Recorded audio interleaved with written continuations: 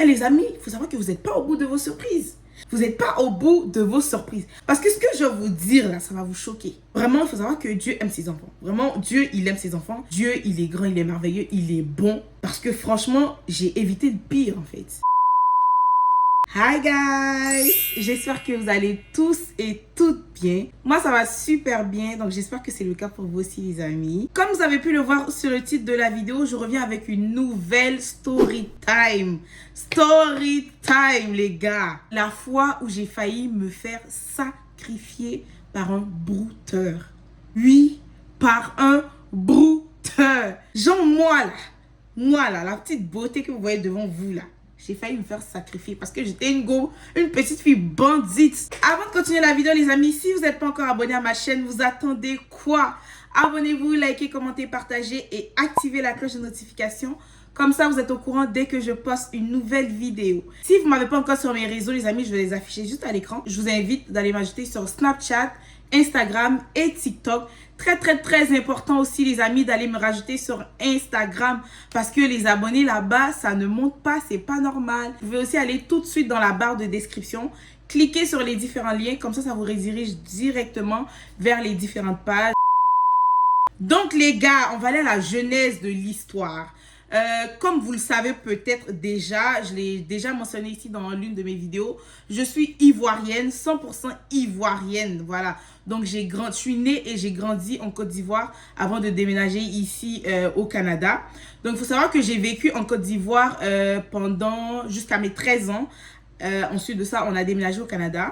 Mais il faut savoir que pendant ces 13 années-là, j'étais vraiment, on pourrait me qualifier de petite fille calme, gentille, des fois un peu têtue, des fois qui n'écoute pas, des fois qui ne comprend pas. Mais dans l'ensemble, si je dois me qualifier moi-même, je dirais que j'étais pas si pire. Voilà, j'étais pas une personne, une adolescente qui faisait des crises d'adolescence. J'étais pas une mauvaise personne. Je faisais pas de mauvaises choses en tant que telle. Il faut savoir que moi, j'ai grandi dans le quartier de Yopougon. J'ai grandi en Côte d'Ivoire, à Abidjan, précisément dans le quartier Yopougon. Et je vivais dans un immeuble avec mes parents, c'est-à-dire ma mère et mon père. Je vivais aussi avec des cousins, des cousines, bref, on était très nombreux dans notre appartement. Donc, en bas de l'immeuble où j'habitais, il y avait un bar. Juste en dessous de l'immeuble, il y avait un bar. Avant d'aller plus loin, les amis, il faut bien sûr que je vous donne la définition de c'est quoi un brouteur. Parce que c'est pas tout le monde qui le sait. Donc, des brouteurs, en fait, brouteur égale langage ivoirien, comment les Ivoiriens appellent. Mais sinon, ce sont des cybercriminels. Ce sont des personnes qui harcèlent, qui intimident d'autres personnes à travers des réseaux sociaux, à travers soit Facebook ou d'autres réseaux, qui menacent des personnes pour pouvoir les soutirer des sous. Donc plus particulièrement, c'était des personnes en Afrique qui escroquent des personnes soit en Europe, soit en Amérique ou dans d'autres continents. C'est une pratique assez répandue dans mon pays, malheureusement. C'est une pratique qui est quand même assez vieille, ça date de plusieurs années et tout. Des personnes ont souvent recours à des sacrifices. D'autres font des sacrifices on va appeler ça de petits sacrifices. D'autres vont loin jusqu'à sacrifier même des êtres chers. Ils vont même à sacrifier des personnes. Ils vont même à sacrifier des animaux et tout. Vraiment, c'est vraiment quelque chose de pas catholique en fait. Donc, je vais vous mettre la définition là. Sinon, vous pouvez aller toujours sur Google. Vous tapez « Qu'est-ce qu'un brouteur ?» Google va vous donner la définition là sans problème. Dans ce quartier-là, j'ai quasiment grandi là, je suis quasiment née là. En fait, on a passé plus de 10 ans dans cet immeuble-là, dans ce quartier-là. Il faut savoir qu'on était quand même assez connus, mais assez connus, on n'était pas des personnalités non plus. Mais je veux dire que vu que ça faisait longtemps qu'on était dans le quartier, bah, nos voisins nous connaissaient, on connaissait nos voisins et tout et tout. Un petit détail, c'est qu'en face de chez moi, c'est-à-dire en face de l'immeuble où j'habitais, c'était la nature. Il n'y avait pas de construction en face, il n'y avait pas de maison, il n'y avait pas d'immeuble, il n'y avait rien en fait. C'était, comment dire ça, c'était vraiment la brousse même si on peut dire, c'était la nature en fait. Plus ces années ont passé, il y a une personne qui a eu l'idée ingénieuse de construire un immeuble tout blanc. Voilà. C'était un immeuble tout blanc. Donc, cet immeuble-là était appelé par toutes les personnes qui connaissaient. On appelait ça la Maison Blanche parce que c'était un immeuble qui était vraiment en tout blanc. C'est un immeuble où c'est pas n'importe qui peut habiter là. C'est des personnes quand même assez aisées, des personnes qui ont quand même de l'argent, qui peuvent se payer un loyer là parce que c'était quand même assez cher à l'époque. Une personne lambda comme ça ne pouvait pas aller se permettre de payer un loyer de par exemple 100 000 francs à l'époque par mois. C'était pas possible. Donc toutes les personnes qui habitaient dans cet immeuble là, c'était des personnes qui avaient quand même une aisance financière quand même assez importante ou des brouteurs. Quand l'immeuble est devenu opérationnel, les personnes venaient habiter là, donc il y avait de nouvelles personnes qui arrivaient dans le quartier, qui habitaient là. Et bah, on constatait que la plupart des personnes qui habitaient là, c'était des brouteurs. S'il y avait des brouteurs, mais il y avait aussi d'autres personnes. Pour toutes les personnes qui ont habité à Yopougon, vont savoir de quoi je parle. Il y avait même des fois, il y avait même des artistes très très très connus, qu'on connaît très très très bien aujourd'hui, qui allaient souvent là, par exemple, rendre visite à leurs amis, rendre visite à leur famille ou je sais quoi, ou rendre visite, par exemple, à leur campagne ou compagnons, je sais pas. Je ne vais pas donner de détails sur c'est qui ces personnes-là, je ne veux pas avoir des problèmes. Voilà. Mais sinon, il y avait plein de personnalités qui allaient dans cet immeuble-là. Avec ce phénomène de brouteurs et autres, il faut savoir que, bon, moi, j'étais une enfant à l'époque, donc je ne savais pas ou je ne pesais pas vraiment l'ampleur que c'était qu'un brouteur, en fait. Moi, dans ma tête, je savais que les brouteurs, ils avaient de l'argent, voilà. Puis, il faut savoir aussi qu'à mon époque, bon, à l'époque, là, où je vivais en Côte d'Ivoire et tout, à cette époque-là, il faut savoir que avoir un grand frère ou une grande sœur de quartier, c'était très prisé. Je vous explique un peu rapidement c'est quoi un grand frère de quartier ou une grande sœur de quartier. Bah, c'est quelqu'un, on va dire, que tu sais que la personne a des sous. Fait que disons par exemple qu'à 16 h ou le matin, t'as rien à manger, t'as pas d'argent et tout. Bah, tu vas aller voir ta grande sœur ou ton grand frère du quartier. Voilà, est-ce que tu peux me donner un petit 500, un petit 1000 francs pour manger? Pardon, faut me donner ça. Bref, la grande sœur ou le grand frère du quartier est toujours là pour toi en fait. C'est-à-dire t'as besoin d'un petit truc. Il est là pour te donner ou bien elle est là pour te donner et tout. Donc moi, voyant cela, et il faut savoir aussi que j'étais vraiment très bête parce que c'est pas comme si mes parents, ils n'avaient pas les moyens. Mes parents, ils avaient les moyens, mon père avait les moyens, ma mère pareil. Donc je ne manquais de rien en fait, vraiment pas du tout. Hein. Quand j'étais en Afrique, je ne manquais de rien. Donc je ne sais pas pourquoi, qu'est-ce qui m'est passé à l'idée d'essayer d'avoir un grand frère du quartier. Avec la construction du nouvel immeuble, avec les brouteurs qui venaient habiter, bah moi j'en ai repéré un dedans. J'en ai repéré un, puis j'ai dit, ah mais moi je veux que lui là, il soit mon grand frère du quartier. Comme ça, si jamais j'ai pas l'argent pour mettre une unité dans mon téléphone. C'est vrai que en Afrique, pour appeler, pour aller sur internet, ça fonctionne avec des unités. Donc il faut payer, il faut recharger à chaque fois. Je me disais que, ah mais ça sera pas, c'est pas mal en fait l'idée d'avoir un grand frère du quartier qui va pouvoir assurer mes arrières au cas où je n'ai rien, au cas où je suis moisie un jour et tout et tout. Donc là me vient à l'idée de repérer un brouteur là-bas. Donc un jour comme ça, j'étais au balcon chez moi. Donc je regardais parce que j'avais l'habitude de me mettre au balcon, de regarder un peu les patients qui passent et autres. Donc je me mets au balcon, puis je regarde, je repère un dedans. Puis là je dis, lui là bon, il a l'air quand même bien. Hein? Attends, un jour je vais aller lui parler pour lui demander s'il veut pas être mon grand frère du quartier. Et il faut savoir aussi que les brouteurs là, c'est pas comme si, on sait très bien que c'est des escrocs, hein. Mais il faut savoir que à cette époque-là, ils ne se cachaient pas. Mais même maintenant, je pense, mais je sais pas trop, dites-moi en commentaire là, je sais pas trop si maintenant les brouteurs ils se cachent ou pas. Mais avant, ils se cachaient pas là. Avant même, c'était quasiment une fierté même de dire que je suis brouteur en tout cas. Ils ne se cachaient pas, donc tu savais en fait. Tu le voyais que c'était des brouteurs. Voilà. Tu vois quelqu'un, chaque jour, il travaille, il va pas au travail, il fait rien de sa vie, mais c'est tout. Lui qui a toujours le jet, lui qui est toujours dans le bas, en bas de l'immeuble là. On est en train de chanter son nom. Il y avait même un maquis dans l'immeuble même. À côté là, même un maquis. Toujours en train de chanter son nom, on fait des trucs comme ça. Donc tu savais que, ça si c'est pas l'argent de broutage, c'est quoi? Donc moi dans ma naïveté, je me suis dit, bon, attends, ça serait quand même bien d'avoir un grand frère du quartier et tout. Donc un jour comme ça, je me baladais, je le vois et tout passer. Je dis, bon, lui là, il faut qu'un jour j'aille l'approcher. Donc ce jour-là, pas, je pense quelques jours après, je me rappelle plus trop combien de jours exactement, mais quelques jours après, je le vois et puis je vais le voir. En fait, là, je demande, ah, salut et tout, je m'appelle Esther, j'habite juste à l'immeuble qui est là, puis j'ai montré l'immeuble qui était en haut. Puis là, j'ai dit, est-ce que tu veux être mon grand frère du quartier? Et là, le gars, il me dit, oui, il n'y a pas de problème, demain, passe chez moi. Et là, j'ai dit, bah, ok, d'accord, tu habites où? Et là, il me dit, il m'a donné le numéro de la porte. Donc, j'ai dit, ok, d'accord, il n'y a pas de problème. Donc, ça, je l'ai dit à personne, à part ma cousine, parce que je vivais avec une de mes cousines chez moi.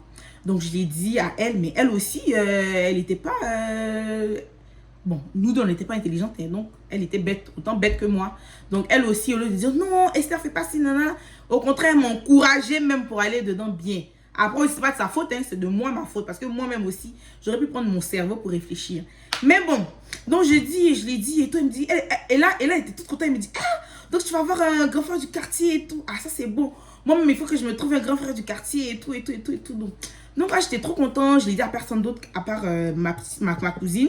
Puis comme je vous ai dit, on était beaucoup dans la maison. Il y avait beaucoup de personnes et tout, et tout. Chose très importante que je dois vous mentionner. Quand on était en Afrique, ma mère, elle ne me laissait jamais sortir. Vraiment, c'est plus tard avec le temps que j'ai compris pourquoi. Mais elle ne me laissait jamais sortir. Même aller jouer dans la cour qui était dans l'immeuble. Ma mère ne voulait pas. Mais je l'ai compris plus tard. J'avais une copine qui habitait juste à côté de la maison. Son immeuble était juste à côté de la maison. Elle ne voulait jamais que je... Bon, pas qu'elle ne voulait pas que j'aille chez elle. En fait, elle, ça ne me posait pas de problème si l'amie, elle venait chez moi. Mais si moi, j'allais, elle était pas tranquille, en fait. Voilà, elle était pas tranquille. Donc, elle aimait pas trop ça quand je sortais. Un jour et tout, je finis l'école. J'étais en classe 2. Je me rappelle plus trop, mais je sais que j'étais déjà au collège. Voilà, j'avais déjà commencé soit 6e ou 5e. Donc, un jour après l'école et tout, je finis l'école. Et vous savez que moi, bon, dès que je finis l'école, je rentre, hein, bien évidemment. Comment ma mère, elle veut jamais même que je reste dehors et tout. Dès que je finis l'école, je rentre. Et quand je suis rentrée, directement après, je me suis changée. Je me suis changée et tout. Puis, comme je vous avais dit, quelques jours avant, mon grand frère du quartier, qui était le brouteur, m'a demandé de passer chez lui. Donc, je me suis dit, ok, il n'y a pas de problème et tout et tout. Donc, je m'habille, je finis, nanana, je sors et je vais dans l'immeuble. Vraiment, je ne peux que dire merci à Dieu, en fait. Parce que si une autre de mes cousines encore avec qui je vivais ne m'avait pas vu rentrer dans cet immeuble-là, franchement, je ne sais pas qu'est-ce qui aurait pu m'arriver. Je ne sais pas si au jour d'aujourd'hui, je serais assise là devant vous, en train de vous raconter cette histoire-là. Parce que comme je vous ai dit en début de vidéo, les brouteurs, c'est des personnes qui sont prêtes à tout pour de l'argent. Voilà. Il y en a qui vont faire des sacrifices. Ce sont des sacrifices humains. Tout ça juste pour de l'argent. Voilà. Donc, moi, je suis sortie de mon immeuble. Je suis rentrée dans la Maison Blanche. Et pour moi, il n'y avait personne qui m'a vue. Mais en fait, il y avait ma cousine qui était en haut, sur le balcon. Pas la cousine à qui j'avais dit que, ouais, j'ai un enfant du quartier et tout. Non, pas celle-là, à une autre. Elle m'a vu rentrer, mais elle n'a rien dit. Elle n'a rien dit et tout. Donc, je suis rentrée et tout. Puis, je cherchais la porte du grand frère en question. Et il faut savoir que première impression, je n'ai jamais oublié, en fait, je ne peux pas oublier tous ces détails-là, là, quand je suis rentrée dans cette Maison Blanche-là. Quand je suis rentrée, premièrement, bah, j'ai senti l'odeur de la fumée, de la cigarette et tout. Ça sentait, mais vraiment très, très, très mauvais. Ça puait, vraiment, c'était n'importe quoi. Donc, c'était l'odeur de la cigarette mélangée à de la... Voilà, vous savez. Voilà. Donc, c'était un mélange de ça, vraiment, c'était horrible. Et malgré que j'ai senti ça et malgré que on va dire, mon esprit n'était pas tranquille, ben, je suis quand même montée. Je pense qu'il habitait au 3e. Oui, 3e. Parce que le numéro de sa porte, c'était B3 quelque chose. Donc, je suis quand même montée jusqu'au 3e pour aller le voir. Donc là, j'y vais et tout. J'arrive à sa porte. Je frappe. Il n'y a personne qui ouvre. Il n'y a personne qui ouvre et tout et tout. Donc là, je me suis dit, bon, je vais demander aux personnes à côté. J'étais déterminée. Hein. Vous voyez, toi, tu vas chez quelqu'un, tu frappes à la porte 3-4 fois, la personne n'ouvre pas. Au lieu de retourner chez toi, genre, tu veux trop l'argent, mais genre, tu veux trop grand frère du quartier. Genre, tu as trop faim à 16h, là, tu veux manger forcément à loco. Donc, je tape à la porte des voisins et je demande, en fait, est-ce que vous avez vu mon grand frère du quartier? Il n'est pas encore venu ou il est où et tout et tout. Et là, il y a une autre personne qui a ouvert la porte. La personne était vraiment très, très, très bizarre aussi. La personne a dit, hey, toi, tu veux quoi ici? Là, j'ai dit, non, mais je cherche mon grand frère. Tu l'as pas vu, il n'est pas encore arrivé. Et là, il me dit, hey, bravo, sors là-bas, reparti. Toi, petite fille comme ça, là, qu'est-ce que tu viens faire ici? En même temps, j'ai eu peur. J'ai dit, hey, mais j'ai fait quoi? Moi, je viens de demander pour mon grand frère du quartier. Tu cries sur moi, tu dis que pourquoi je suis venue ici. Donc, je me suis dit, bon, ok, d'accord. Et il faut savoir aussi que j'avais pris son numéro, mon grand frère du quartier. J'avais son numéro, bien sûr. Donc, je suis partie, là, j'ai dit, bon, pas grave, peut-être le lendemain, je vais repasser, hein, tout simplement. Mais il faut savoir que pendant ce temps-là, ma cousine, parce que j'avais quand même mis un peu de temps, elle s'est dit que, par exemple, je sais pas, elle s'est dit, par exemple, je rentre, je vais chercher quelque chose, après, je vais ressortir tranquillement et tout. Mais elle voyait que je mettais un peu de temps, donc qu'est-ce qu'elle a fait? Elle a alerté tout le monde. Elle a alerté ma mère et tout. Donc, ils se sont mis à ma recherche. Donc, elle a alerté tout le monde et tout. Puis, par la suite, quand je suis sortie, quand je sortais, en même temps, j'ai vu un moment au balcon qui a dit « Hé, toi là !» Au moment où j'ai dit « Hé, Seigneur, c'est fini pour moi. » Donc, je suis montée à la maison et tout. Hey, c'était mon procès ce jour-là. Elle m'a fait asseoir, commence à me parler. Commence à me parler pour dire, Esther, tu veux me mettre dans les problèmes? Toi, tu sais pas que les gens qui habitent là-bas, ce sont des brouteurs. Tu sais pas que tu as parti là-bas. Imagine, parce que j'ai dit que genre, ah, mais je suis partie voir mon grand frère. Là, j'ai expliqué en fait que ouais, j'ai eu un grand frère du quartier et tout. Elle m'a dit, imagine, tu partais là-bas, il te sacrifiait. Et les amis, il faut savoir que vous n'êtes pas au bout de vos surprises. Vous n'êtes pas au bout de vos surprises. Parce que ce que je vais vous dire là, ça va vous choquer. Vraiment, il faut savoir que Dieu aime ses enfants. Vraiment, Dieu, il aime ses enfants. Dieu, il est grand, il est merveilleux, il est bon. Parce que franchement, j'ai évité le pire en fait. C'est-à-dire qu'elle a commencé à me parler, elle m'a dit, toi, tu sais pas que tu aurais pu te faire agresser là-bas? Tu sais pas que c'est des brouteurs et tout? Je veux plus jamais te voir là-bas. Plus jamais. Dès que tu finis l'école, tu rentres à la maison, je ne veux pas te voir sortir. Tu n'as pas de devoir à faire, tu n'as pas d'examen. Bref, elle a commencé à faire la morale. Vous pouvez me connaître, les mamans ivoiriennes et tout. Elle a commencé à me parler la morale et tout. Là, j'ai commencé à pleurer. Et là, j'ai commencé à pleurer parce que ouais, j'aime pas qu'on parle sur moi et tout. Donc, j'ai commencé à pleurer et tout. Pour dire, ouais, mais moi, je voulais refaire. Moi, je voulais juste la voir parce qu'il m'a demandé de venir et tout. Nanana. Donc, après ça, cette journée-là est passée. Et à ce moment-là, là, je détestais ma mère. En fait, je l'aimais pas. Je disais que, ouais, elle n'avait pas mon bonheur et tout. Moi, j'avais un grand frère du quartier. Comme ça, eux, si demain, je leur demande l'argent, qu'ils n'ont pas l'argent là, bah, lui va pouvoir me donner. Vous voyez la mentalité bête que j'avais. Franchement, à la fin, je vais vous dire mon mot de fin. Mais qu'est-ce que cette histoire-là m'a apprise? Parce que franchement, grâce à cette histoire-là, elle a été vraiment déterminante sur mon caractère présentement. Je vais vous expliquer. Donc, elle a commencé à parler et tout. Puis après, bon, elle m'énervait, je l'aimais pas et tout.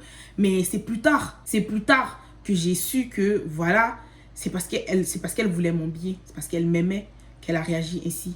Voilà, tout simplement. Après ça, bah, j'avais envoyé un message à mon grand frère parce que je ne voulais pas lâcher l'affaire. Parce que ma mère a parlé sur moi que j'allais laisser l'affaire. Donc, j'ai envoyé un message à mon grand frère du quartier et tout. Puis là, je lui ai dit, ouais, mais hier, tu m'as dit de passer à telle heure. Je suis passée, tu n'étais pas là et tout. Bah, on parlait par message et tout. Puis franchement, jamais de la vie, il y avait genre des causeries bizarres. Vraiment, je ne vais pas gâter son nom. Jamais de la vie, il a eu une approche pas très catholique. Parce que ça va que j'avais quand même... Je pense que j'avais 12 ans à l'époque ou 11 ans, je sais pas.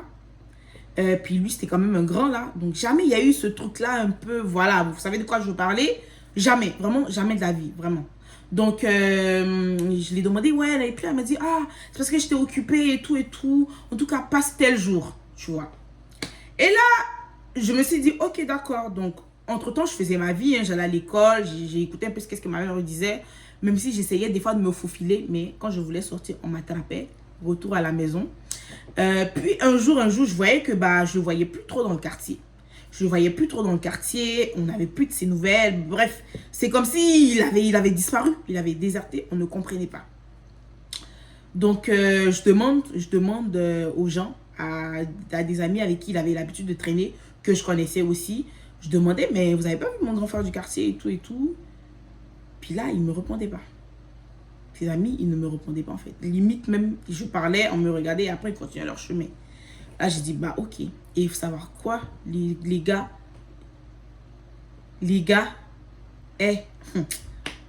un jour comme ça, on est là, on apprend que le gars a été arrêté par la police parce qu'il a été impliqué dans des affaires de sacrifice humain. Non. Vraiment, en fait, Dieu, il aime ses enfants. Franchement, Dieu, il aime ses enfants. Il n'y a pas plus amour que lui, en fait. Voilà. Donc, on est là comme ça et on apprend. Et là, en plus, ce jour-là, c'est ma cousine à qui j'avais dit que, ouais, j'ai eu un grand frère du quartier et tout. C'est elle qui est venue me dire que, ah, c'est vrai, hein? C'est vrai, c'est confirmé et tout, à ce qui paraît là. Il est dans les bails pas catholiques. Donc, il a dit, hé, Seigneur, de quoi tu m'as épargné comme ça? Vraiment, c'était, je sais pas qu'est-ce qui aurait pu se passer si il aurait été même là ce jour. Parce que, je sais pas en fait, qu'est-ce qui aurait pu se passer? Les gens, ils sont en soif d'argent. Ils veulent l'argent à tout prix. Ils sont prêts à tout pour de l'argent. Toi, tu es une petite fille naïve comme ça, tu viens. Imaginez, ma cousine ne m'avait pas vu. Il n'y avait personne d'autre qui m'avait vu. Ben, je crois bien. Tu rentres là-bas, tu ne sors plus. Même si après, on dit que ouais, j'ai vu Esther rentrer ici. Bah, on t'a déjà fait le pire en fait. Franchement, je ne cesserai jamais, jamais, jamais de dire merci à Dieu, premièrement. Et ensuite de dire merci à ma cousine qui a eu l'audace de quand elle m'a vu rentrer, peut-être après 10-15 minutes, elle ne m'a pas vu sortir. Elle a eu l'audace d'appeler ma mère. Et Dieu merci aussi. Il n'était pas là ce jour-là. Je suis ressortie. Puis, bah, après ça, bah, on a su un peu qu'est-ce qu'il faisait. Donc, depuis ce jour-là, les gars, plus jamais de ma vie, je suis rentrée dans cette Maison Blanche. Cette Maison Blanche, même, elle est toujours là. Mais elle est là, mais bon, elle est devenue bizarre parce que en 2022, en été 2022, quand je suis partie à Abidjan et tout, bah, je suis repassée dans mon ancien quartier. Hein. Je suis repassée dans mon ancien quartier parce que mon amie qui habitait là à côté de moi, bah, elle habite toujours là. Donc, je suis repassée la voir, puis j'ai vu l'immeuble, puis bon, c'était plus blanc. Hein. Ben, c'était plus aussi beau que ce l'était avant. Mais c'est ça, en fait. Morale de l'histoire, c'est pour vous dire, mes jeunes sœurs, mes jeunes mères, même mes jeunes tantes, parce que c'est pas parce que t'es jeune que tu dois forcément être naïf. Il y a des personnes qui sont vieilles, des adultes qui sont naïfs. Donc, c'est de vous dire que il n'y a rien de mieux que de se contenter de ce qu'on a. Parce que moi, en fait, j'avais déjà le nécessaire, j'avais déjà le minimum. Mais en fait, je ne voulais pas me contenter que du minimum, je voulais plus. Donc, ce qui a fait que bah, j'étais à la recherche du grand frère du quartier. Grand frère du quartier qui est un brouteur qui n'est pas dans des trucs catholiques. Si je peux vous donner un conseil, les amis, les filles ou les gars, c'est vraiment de faire attention à vous. Parce que c'est vrai que cette histoire-là s'est passée il y a très longtemps. Mais le phénomène brouteur, il est toujours présent. Il existe toujours. Et je pense même qu'ils sont encore plus même esprit, comme on dit. Donc, c'est de faire vraiment très, très, très attention à vous, les filles et les gars. Contentez-vous du minimum. Si vous avez besoin d'argent, travaillez. Travaillez, faites un business. Surtout, soyez dans l'honnêteté. Laissez à faire d'avoir l'argent facile, chercher les grands frères du quartier, aller se donner pour l'argent. Surtout pas du tout. Non, non, non, non. Ne faites jamais ça. Ou bien, même si vous faites ça déjà, arrêtez. Voilà. Arrêtez. Ayez le courage d'arrêter, d'aller travailler. Il n'y a rien de mieux que de travailler et d'avoir son argent, d'avoir son jet, son propre jet et de pouvoir s'acheter qu'est-ce qu'on veut. Voilà, il n'y a rien de mieux en fait. Sinon, comme je vous disais aussi, cette histoire-là m'a tellement appris que elle a forgé mon caractère parce que bah, aujourd'hui, depuis cette histoire-là, quand on est arrivé ici au Canada, il y a eu plusieurs petits trucs qui me sont arrivés, mais à cause de qu'est-ce que j'ai vécu, à cause de vraiment mon mental qui s'est forgé suite à cette histoire-là, bah, j'ai évité plusieurs fois de me mettre dans de la merde, de me mettre dans des situations bizarres, de me mettre dans des situations qui allaient faire honte à mes parents par exemple. Donc les gars, c'est tout pour cette vidéo. J'espère que vous avez kiffé cette vidéo. J'espère que vous avez aimé. Et j'espère aussi surtout que vous avez entendu le message que je voulais faire passer à travers l'histoire que je vous ai racontée aujourd'hui. Donc j'espère que vous avez aimé. Donc si c'est le cas, n'hésitez pas à lâcher votre plus gros pouce bleu. Commentez, likez, partagez. Abonnez-vous et activez la cloche de notification. Comme ça, vous êtes au courant dès que je poste une nouvelle vidéo. Sur ce, je vous fais plein de bisous. Et on se dit à la prochaine dans une nouvelle vidéo.